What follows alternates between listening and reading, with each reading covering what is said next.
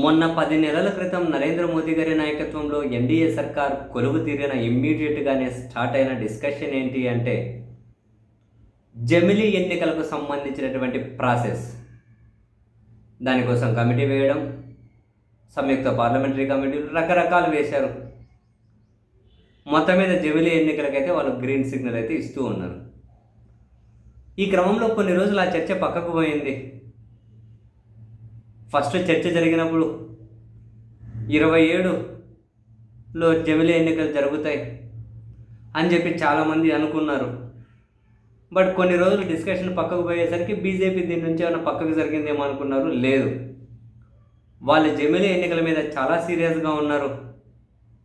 29 వరకు అయితే ఆగే పరిస్థితి అయితే కనిపించడం లేదు. 28 ఫిబ్రవరిలో జరుగుతాయా, 27 ఫిబ్రవరిలో జరుగుతాయా? నేషనల్ మీడియా కూడా ఈ 2 డేట్స్ చుట్టే చర్చ జరుగుతూ ఉంది.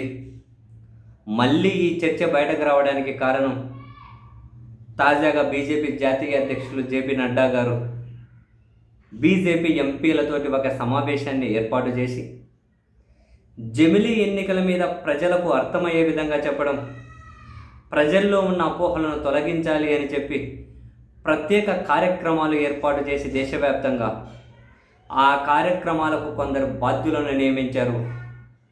ఈ నెల 6వ తేదీ బీజేపీ ఆవిర్భావ దినోత్సవం ఉంది. అప్పటి నుండి 14వ తేదీ మహానుభావుడు అంబేద్కర్ గారి జయంతి ఉంది. సో ఈ నెల 6 నుండి 14వ తేదీ వరకు దేశవ్యాప్తంగా బీజేపీ జమిలీ ఎన్నికల గొప్పతనాన్ని ప్రజలకు వివరించాలి అని చెప్పి అనుకుంటున్నారు, వాళ్ళ వ్యూ పాయింట్లు. బట్ నేనైతే పర్సనల్లీ వాటికి వ్యతిరేకం. ఆ కాన్సెప్టే కరెక్ట్ కాదు. సరే పోనీయండి, వాళ్ళైతే జమిలీ ఎన్నికలు జరపాలని చెప్పి అనుకుంటూ ఉన్నారు.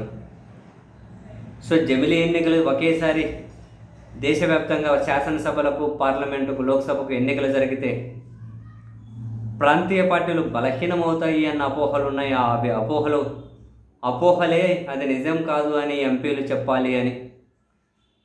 మానవ వనరుల వినియోగం తగ్గుతుంది, ఎక్స్పెండిచర్ తగ్గుతుంది, దేశం ఆర్థికంగా బలపడుతుంది అని ఈ అంశాలన్నింటినీ వీళ్ళు ఈ 8 రోజుల పాటు జనంలోకి తీసుకెళ్ళే ఒక కార్యక్రమాలే షెడ్యూల్ చేసి పెట్టారు.